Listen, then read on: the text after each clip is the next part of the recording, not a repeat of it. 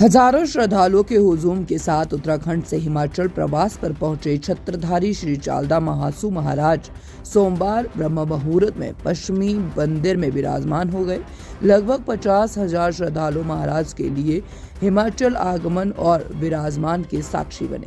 पश्चिमी मंदिर में आराध्य देव के दर्शनों के लिए श्रद्धालुओं की लंबी कतारें लगी हुई है। उत्तराखंड और हिमाचल के हजारों श्रद्धालु पहुंच रहे हैं। उत्तराखंड और हिमाचल में लाखों लोगों के आराध्य देव छत्रधारी श्री चालदा महासू महाराज सदियों के इंतजार के बाद पश्चिमी मंदिर में विराजमान हुए।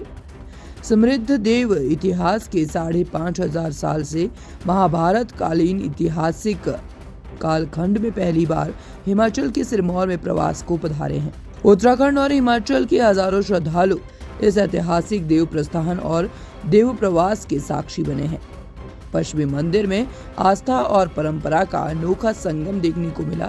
यहाँ गांव की विवाहित और बिन ब्याही बेटियां एक ही रंग की परंपरागत पोशाक में महाराज का स्वागत करने पहुंची और पहाड़ी नाटी डालकर खुशी का इजहार किया।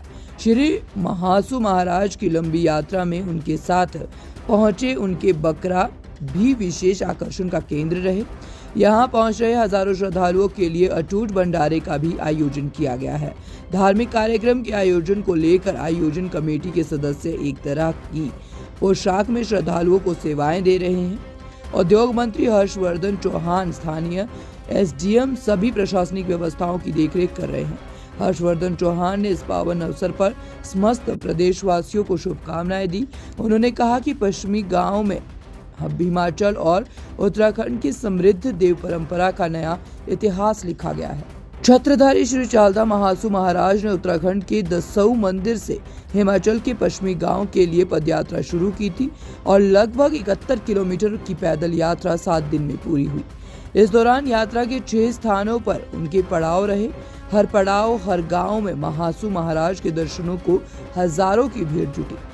पश्चिमी गांव में महाराजा के आगमन के लिए पिछले लगभग 5 वर्षों से तैयारियां चल रही थी। उनके प्रवास के लिए यहां पर पहाड़ी शैली में भव्य मंदिर का भी निर्माण किया गया है।